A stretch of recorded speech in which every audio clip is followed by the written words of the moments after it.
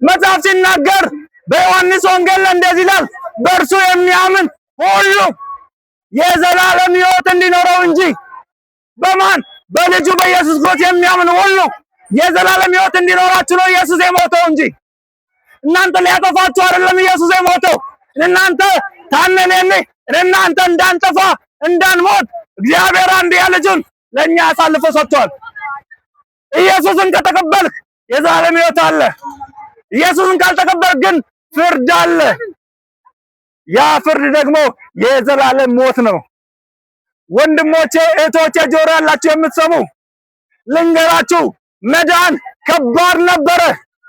ስለማንችለው ለኃጢአታችን ደሞዝ ሞት ስለሆነ እኛ ስላልቻልን እግዚአብሔር አንድያ ልጁን ስለኛ ስለ ኃጢአታችን እኛን ስለወደደ ለፍቅሩ ብሎ ለኛ ላከ።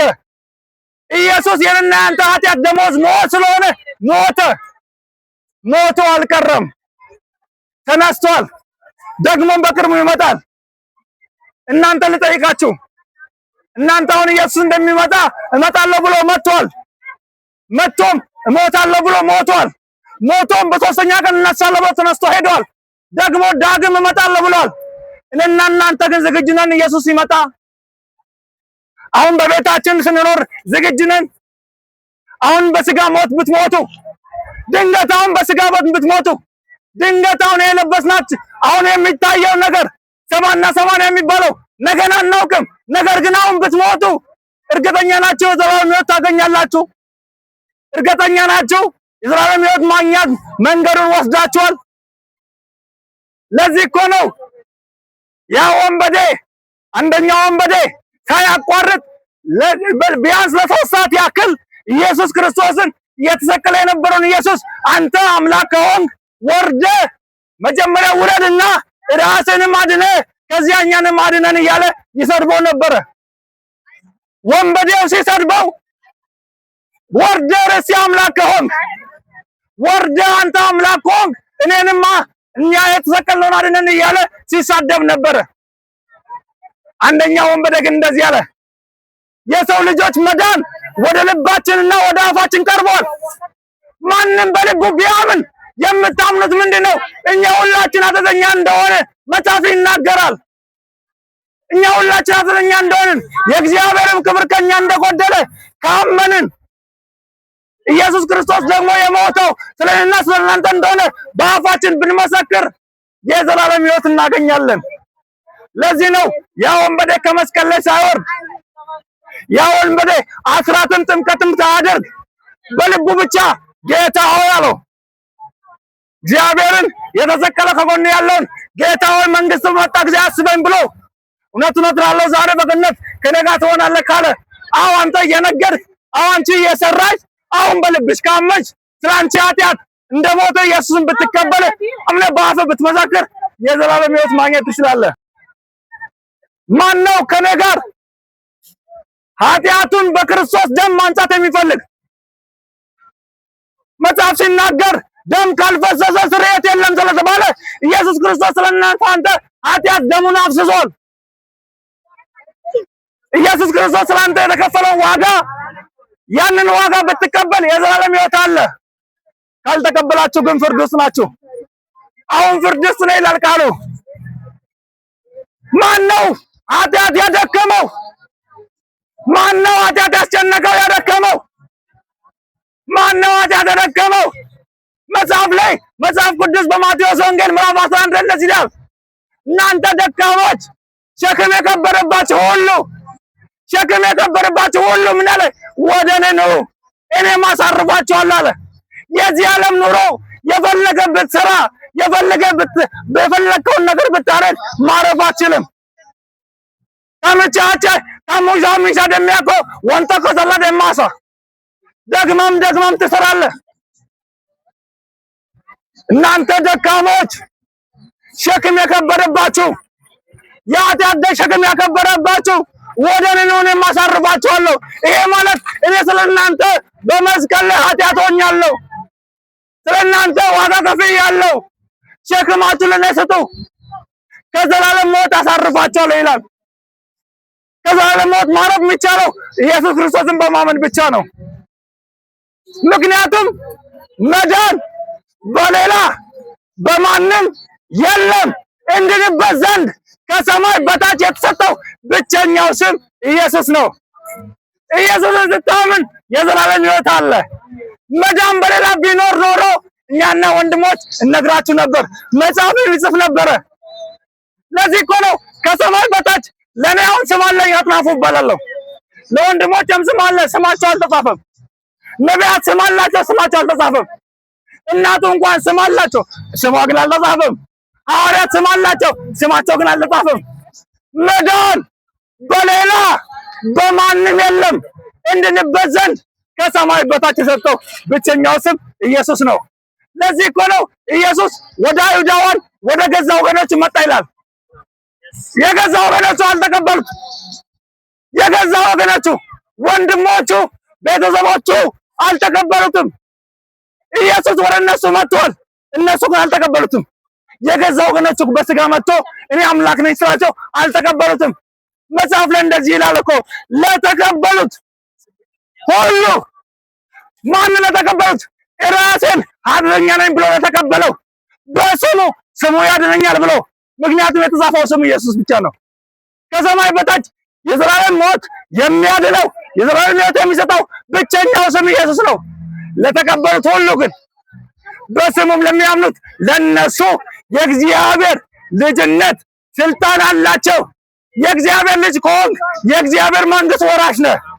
የእግዚአብሔር ልጅ ደግሞ መሆኛ መንገድ ኢየሱስን ማመን ነው። ኢየሱስን ስታምን የዘላለም ሕይወት አለ። የዘላለም ሕይወት የሚያስገባ አበበ ከበደ ሐዋርያት ነቢያት አይደሉም። ቢሆን ኖሮ ለምን ይመጣል ኢየሱስ? ቢሆን ኖሮ ኢየሱስ እኮ አይመጣም። አምላክ ሆኖ ሳለ የኃጢአት ደመወዝ ሞት ስለሆነ ኢየሱስ ሞተ። ክፍያው ሞት ስለሆነ እኮ ነው ኢየሱስ የሞተው። ሞቶ ግን ደግሞ አልቀረም። ዳግም ደግሞ እመጣለሁ ብሎ ሄደዋል። በቅርቡ ይመጣል። ካልመጣ እኔና አንተ መሄዳችን አይቀርም። እድሜያችን 70-80 ሲሆን ኦር ዛሬ ኦር ነገ ወንድሞቻችን እንደሄዱት ከ3 ቀን በኋላ እድር እንኳን ይረሳል። ከ3 ቀን በኋላ ከ4 ቀን በኋላ ቤተሰብ እንኳን ይረሳል። ነገር ግን የማይረሳን አምላክ አለ። ስለወደደን የማይረሳን የማይተወን አምላክ አለ። ስለሚወደን ይኸውልህ ማንም ነፍሱ አይሰጥም፣ ማንም ሕይወቱን አይሰጥም። ስሙ ገንዘብ እንኳን ሰው አይሰጥም። ቢረብ ገንዘብ እንኳን ሰው አይሰጥም። ቢረባችሁ ብትቸገሩ ማንም ገንዘብ አይሰጥም። ነገር ግን የዚህ ዓለም ኑሮ ጫት ልቃም ብትል ና እኔ ላቅም ይላል። ልጠጣ ብትል ይኸውልህ አረቄ ልጠጣ፣ ወደ ኃጢአት ልግባ ብትል ሴጣን ያመቻቻል። ዝሙት ልፈጽም ብትል ያመቻቻል። ልስረቅ ላጭበርብር ብትል ያመቻቻል። ምክንያቱም ይላል እኮ አሉ ሴጣን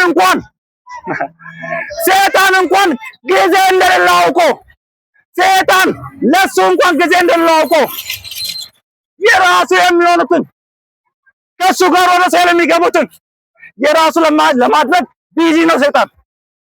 እየነገርሽ ቢዚ እኮ ነው። በልጆች ይፈትናል፣ በነጋዴ ይፈትናል፣ በጓደኛ ይፈትናል፣ በእህት ይፈትናል፣ በወንድም ይፈትናል። ሴጣን እኮ አጠገብ መጥቶ ሴጣንን ያሸነፈው አለ። ሞትን ያሸነፈው አምላክ አለ። ይሄን ኢየሱስን ብትቀበሉ የዘላለም ሕይወት አላችሁ። የዘላለም ሕይወት ማለት ልንገራችሁ በእኔና በእናንተ ስራ አይደለም። አስብ፣ አንተ አስራት ብትሰጥ ገንዘብ ብትሰጥ በማንም አልተማመንም። እንደዚህ እኮ ነው ያለው ዮሐንስ እያጠመቀው ያለው እንደዚህ ያለ እኮ አይደለ? የምወደው ልጄ እርሱ ነው፣ የምወደው ልጄ እርሱ ነው ብቻ ብሎ አልተውም። በእርሱም ደስ የሚለኝ እኛንም ይወደናል፣ ግን በእኛን ስራ ደስተኛ አይደለም። እነ ሙሴን፣ እነ ሉቃስን፣ እነ ጳውሎስን፣ እነ ዳዊትን ይወዳቸዋል፣ ግን በእነሱ ደስተኛ አልነበረም። አምላክ ደስ የሚልበት በልጁ ብቻ ነው። የምወደው ልጄ እርሱ ነው፣ በእርሱም ደስ የሚለኝ። ይህንን ደግሞ ብቻ ስሙ፣ እሱም ብቻ ትሰማለህ። እርሱም እንደዚህ ይላል። እኛ የመጣነው ማንነታችንን ልንነግራቸው አይደለም። እኛ የመጣነው ሃይማኖት እናስቀይራቸው አይደለም። እናንተ የዘላለም ሕይወት እንድታገኙ፣ እናንተ የዘላለም ሕይወት እንዲኖራችሁ እኛ እንናገራለን። የዘላለም ሕይወት ማግኛ መንገድ አንድና አንድ ብቻ ነው። ይሄ አንተን ያስጨነቀን ኃጢአት ለኢየሱስ ስጠው። ጠይቋቸዋለሁ። ማን ነው ሸክም የከበደበት? እናንተ ደካሞች ደካማ እንደሆናችሁ ስለሚያውቅ እኮ ነው።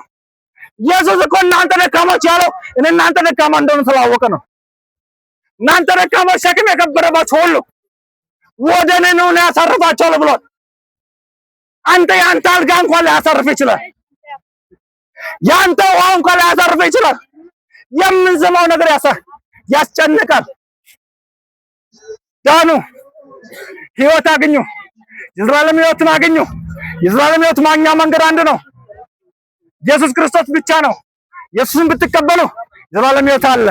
እንደሚሰራው እንደሚማረው በምንማርበት ሰዓት መጽሐፍ ሲናገር የሰው ልጅ እድሜው ግፋ ቢል 70 ወይም 80 ዓመት ነው።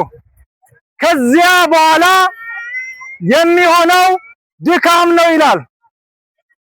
ለምሳሌ እናንተም እዚህ የነገራችሁ የራሳችሁን እድሜ ቼክ አድርጉ። በዚያው ስንኖር በምድር ላይ ከኖርን በኋላ አሁን ስናየው 70 ወር 80 ስንል ረጅም ዓመት ሊመስለን ይችላል። 70 ወይ 80 ስንል በጣም ረጅም ዓመት ሊመስለን ይችላል። ነገር ግን 70 ወይም 80 ብለን የጠበቅነው እድሜ ጥቂት ነው። ከ70 ዓመት ወይም ከ80 ዓመት በኋላ ሰዎች ይሄ የለበስነው ስጋችን ይደክማል፣ ይሞታል፣ ወደ መጣበት ወደ አፈር ስለሆነ ወደ አፈር ይመለሳል። ለእናንተ የምነግራችሁ መጽሐፍ ሲናገር በምድር ላይ የተመላለሰ ሮሜ 3:23 ላይ እንደዚህ ይላል፣ ሁሉም ኃጢአትን ሰርቷል። ይሄ 70 እና 80 ዓመት ሊኖር ያለ ሰው ሁሉ ኃጢአትን ሰርቷል፣ የእግዚአብሔርም ክብር ጎሎታል። ኃጢአትን ሰርቷል፣ ኃጢአተኛ ነው። የእግዚአብሔርም ክብር ጎሏል ሲባል አስቀድሞ እግዚአብሔር ከጭቃ የሰው ልጅ አዳምና ሔዋንን ከፈጠረ በኋላ በእስትንፋስ እፍ ካለ በኋላ ሕይወት አገኘን። ነፍስ ስላለን በምድር ላይ ስንመላለስ ይሄ ስጋችን ከእግዚአብሔር ቀድሞ ከምንኖርበት እውነተኛ ሕይወት ጎለናል ማለት ነው። የጎደለው ማንነታችን ለዚህኛው ለበሰበሰው ከሞት በኋላ ሁለት ምርጫ አለ። ከሞት በኋላ ከበሰበስም በኋላ ሁለት መንገድ አለ። ከሞትም በኋላ ሁለት መንገድ አለ። አንደኛው መንገድ የዘላለም ሕይወት የሚባለው በልጁ በኢየሱስ ክርስቶስ በማመን የምንገባበት ነው። ሁለተኛው ደግሞ ኃጢአት ለሰራንበት መጽሐፍ ላይ ሮሜ 6:23 ላይ የኃጢአት ደሞዝ ሞት ነው ስለሚል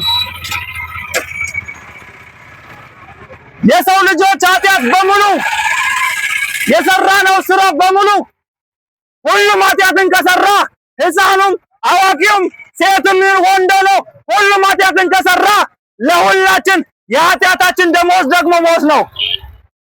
የኃጢአት ደሞዝ ሞት ነው ማለት አንድ ሰው የመንግስት ስራ ሊሆን ይችላል ወይም እየነገደ ሊሆን ይችላል። ለሰራበት የሚያገኘው ክፍያ አለ። በዚህ ምድር ላይ ደግሞ ለሰራነው ኃጢአት የሚከፈለው የኃጢአታችን ደሞዝ ሞት ነው። ስለዚህ እግዚአብሔር ደግሞ እንዲሁ አልተወም፣ ስለሚወደን አንድያ ልጁን ለኛ ሰጠን። ሮሜ 6:23 ላይ የኃጢአት ደሞዝ ሞት ነው ካለ በኋላ የእግዚአብሔር የጸጋ ስጦታ ግን በክርስቶስ ኢየሱስ የዘላለም ሕይወት። ኢየሱስን ካመንክ ከኃጢአት ለአንተ ስለሞተልህ ያንተን ኃጢአት ደሞዝ ስለከፈለ የዘላለም ሕይወት ታገኛላችሁ። ካይንተ ዮዳይስ ደግሜ የምነግራችኋለሁ፣ ኢየሱስን ተቀበሉ። ንስሐ ብትገቡ ከኃጢአታችሁ ብትመለሱ የዘላለም ሕይወት አላችሁ። ባትመለሱ ግን ለሰራችሁት ኃጢአት ለበደልነው በደል ለሁላችን የሚከፈል ክፍያ አለ። አዋጅ አዋጅ አዋጅ እነግራችኋለን እና ወንድሞቼ፣ ለእናንተ ዛሬ ቀኑ ሐሙስ ነው። በኔ ሰዓት አቆጣጠር ከቀኑ 12 ሰዓት ከ7 ደቂቃ ይላል። ምናልባት ጠዋት ሌሊት ከተኛንበት በእኛ ብቃት፣ በእኛ ብርታት፣ በእኛ እውቀት ሳይሆን መጽሐፍ ሲናገር እግዚአብሔር ቸር ነውና ምሕረቱ ለዘላለም ናት ይላል። የኛ ገንዘብ ሳይሆን የእግዚአብሔር ቸርነት፣ የኛ ጽድቅ ሳይሆን የእግዚአብሔር ቸርነት ለሰው ልጆች ሁሉ የዘላለም ምሕረትን ሰጠ። ወንድሞቼ እህቶቼ፣ ስንነግድ ስንሰራ በንግግሮቻችን የሆነች ገንዘብ ለማግኘት በሕይወታችን ላይ የስጋን ጉድለት ለመሙላት የልጆቻችንን እንጀራ ለመሙላት የምንበላውን ለማግኘት ሳናውቅ በስህተት የበደልነው እያወቅን ደግሞ በዚህ በጭንቅላታችን በደካማው በዚህ በኃጢአተኛው ስጋችን እያወቅን የበደልነው ኃጢአት እያለ እግዚአብሔር ግን ቸር ስለሆነ እግዚአብሔር ቸር ነው ማለት የኛ ኃጢአት ብዙ ሆኖ ሳለ የኛ ኃጢአት ደመወዙ መጽሐፍ ሲናገር ሞት ነው ይላል። መጽሐፍ ሲናገር ሮሜ 3:23 ላይ ሁሉም ኃጢአትን ሰርቷል የእግዚአብሔርን ክብር ደግሞ ጎድሏቸዋል ይላል። ሁሉም ማለት ነጋዴው፣ ወጣቱ ሊሆን ይችላል፣ አዛውንቱ ሊሆን ይችላል፣ ሴት ሊሆን ይችላል፣ ወንድ ሊሆን ይችላል። ሁሉም ኃጢአትን ሰርቷል። የእግዚአብሔርም ክብር ቀድሞ የነበረው አሁን ጎድሏል ይላል መጽሐፍ ላይ ሮሜ 6:23 ላይ የኃጢአት ደመወዝ ደግሞ ሞት ነው ይላል። ወንድሞቼ እህቶቼ፣ ዛሬ ስንቀመጥ እዚህ ቦታ ስንነግድ የሆነ ደመወዝ ለማግኘት የሆነ ትርፍ ለማግኘት እየነገድን ነው። መልካም ነው። ለዚህ ዘመን ኑሮ ሊጠቅም ይችላል። ለዚህ ምድር ኑሮ ሊጠቅም ይችላል።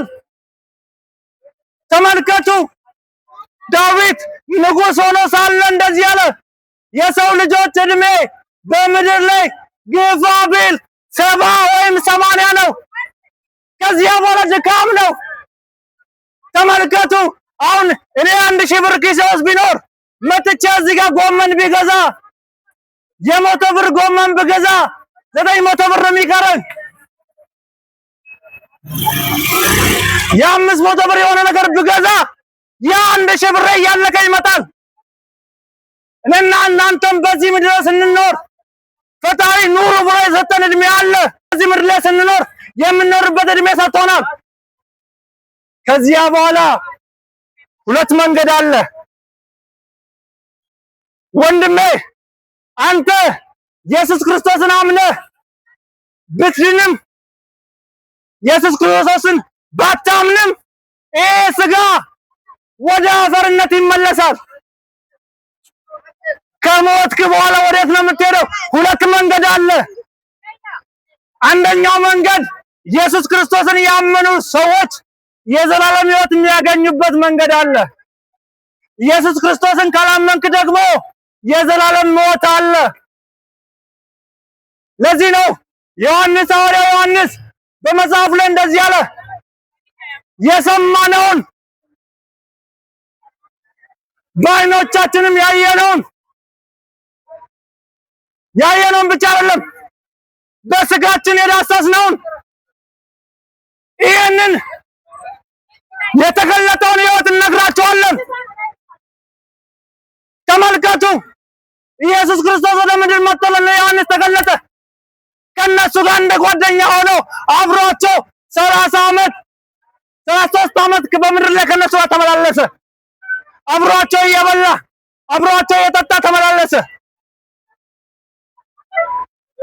የዚያኔ ሰዎች አይሁዳውያን ወደ እነሱ ጋር የመጣውን የገዛ ወገኖቻቸው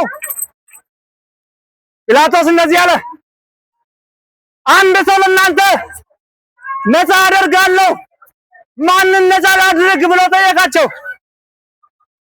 ሁለቶችን አስቀመጠ፣ በርባን የሚባለውን ነፍሰ ገዳይ እና ኢየሱስ ክርስቶስን አቆመና ማን ይሰቀል አላቸው። ማን ይሰቀል ሲሏቸው የኔና የእናንተ ተወካዮች እዛው ነጋዴ አለ፣ እዛው ወታደር አለ፣ እዛው ሊቀ ካህኖች አሉ፣ የቤተክርስቲያን መሪዎች አሉ። ኢየሱስ ነጥሎ ነበረ። ነገር ግን ሰዎች ሁሉ ተሰበሰቡና ኢየሱስ ይሰቀል፣ በርባንስ ምን ላድርገው አለ። በርባን ማይፈታ ኢየሱስ ይሰቀል። ለምን? ኢየሱስ እኮ የሞተውን የሚያስነሳ ነው። በርባንማ ነፍሰ ገዳዩ የኛ ልጆች የሚገድለው ይግደል ብለው ተሰባሰቡ። ተመልከቱ፣ ጴጥሮስ እኮ ይሰቀል ካሉት አንደኛው ነው። ጴጥሮስ እኮ በገረድ ፊት አሳ ከሚልበት ከዚያ ውስጥ ወጥቶ አላውቀውም አለው። እኔ አላውቀውም አለው። ኢየሱስን ሰቀለው። በርባንን ፈቱት። ልጠይቃችሁ፣ አሁን ልንገራችሁ፣ እናንተ አሁን ብትሞቱ፣ አሁን ይህንን ድምፅ የምትሰሙ ሰዎች አሁን ዛሬ በዚህ ሰዓት ብትሞቱ ወዴት ነው የምትሄዱት?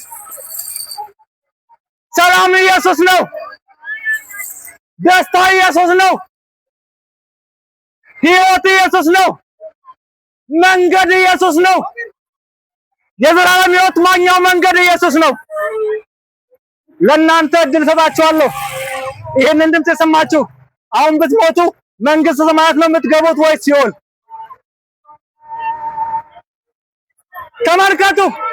አንድ ሰው ሐኪም ቤት ሄዶ ሲመረመር ወባ ቢታመም ወይ ኳርተም ወይ ክሎሮኪን የሚባል መድኃኒቶች ይሰጠዋል። ያንን ተሸክሞ ጓዳ ወዶ ወይ አልጋ ውስጥ ወይ የሆነ ቦታ ቢያስቀምጥ አይድንም ካልዋጠ በስተቀር። ያንን መድኃኒት ወስዶ ካልዋጠ መዳን አይችልም። ለዚህ መጽሐፍ ላይ ሐዋርያት ሥራ ምዕራፍ 4 ቁጥር 12 ላይ መዳን በሌላ በማንም የለም፣ ከዘላለም ሞት መዳኛ መንገድ ብቸኛው መንገድ የተሰጠው ስም አንድ ስም አለ፣ ኢየሱስ ይባላል። አንተ ወባሞ ለዚያ ወባ ኳርተም ቤት ይዘህ ካልዋጥከው አትድንም። የሆነ በሽታ ያ ኳርተም እንኳን ብትሞት ሌላ በሽታ ያማል። ከዘላለም ሞት የሚያድን ብቸኛው ስም ኢየሱስ ነው። ኢየሱስን ከተቀበልክ ከሱ ጋር በገነት ትኖራለህ። ምክንያቱም የሆነ ቸርች ሄደህ መጸለይ አይደለም ያልኳችሁ፣ ለመዳኛ መንገድ አንድ ነው። ለዚህ እኮ ነው ሁለት ወንበዴዎች ከኢየሱስ ጎን ተሰቀሉ። ሁለት ወንበዴዎች ተሰቅለው አንደኛው ወንበዴ እየሰደበው ሳያቋርጥ እየሰደበው አንደኛው ወንበዴ ግን እንደዚህ አለ በትህትና ከመስቀሉ ሳይወርድ እኔና አንተ ወንበዴዎች አጭበርባሪዎች ሆነ ከእስር ቤት ወጥተን ተሰቅለናል። ይሄ ግን ከጎናችን የሚሰቀለው ኢየሱስ ምንም ኃጢአት ሳይኖረው ስለ ሰው ልጆች ሁሉ ኃጢአት በመስቀል ላይ እየሞተ ያለው እሱ ነው አለ። እንደዚህ ያለ ከጎኑ ያለውን ኢየሱስን እያየ ጌታ ሆይ ጌታ እንደሆነ መሰከረ። ጌታ ሆይ አለው። መንግስት በመጣ ጊዜ የኛ ጌታ ኢየሱስ መንግስት አለው። መንግስት በመጣ ጊዜ አስበኝ አለው። ኢየሱስም እንደዚህ አለው፣ እውነቱን እልሃለሁ ዛሬ ማታ ከኔ ጋር በገነት ትገባለህ አለው። ስለዚህ ወንድሞቼ፣ እህቶቼ፣ አባቶቼ አንድ ጥሪ ልጥራችሁ። ይሄንን አሁን የጠራሁትን ኢየሱስ ክርስቶስን የግል አዳኙ አድርጎ መቀበል የሚፈልግ ማረፍ የሚፈልግ ሰው ካለ ከዘላለም ሞት አሁን ላይ አስጨንቆኛል፣ ኃጢአት አስጨንቆኛል፣ ቤት ውስጥ ኑሮ ላይ ተቸግሬያለሁ፣ እየተጨነኩ ነው፣ ማረፍ እፈልጋለሁ፣ ወደ ኢየሱስ መምጣት እፈልጋለሁ የሚል ሰው ካለ እኛን ማግኘት ትችላላችሁ። የዘላለም ሕይወት ታገኛላችሁ። ኢየሱስን ያሳርፋቸዋል። ኢየሱስ ይወዳቸዋል ስንል በአፌ አይደለም እኮ መስቀል ላይ ጎልጎታ ላይ ሞቶ ኢየሱስ አንተን ላሳርፍ ካለ ኢየሱስን ተቀበሉ፣ ዘላለም ሕይወት ታገኙ።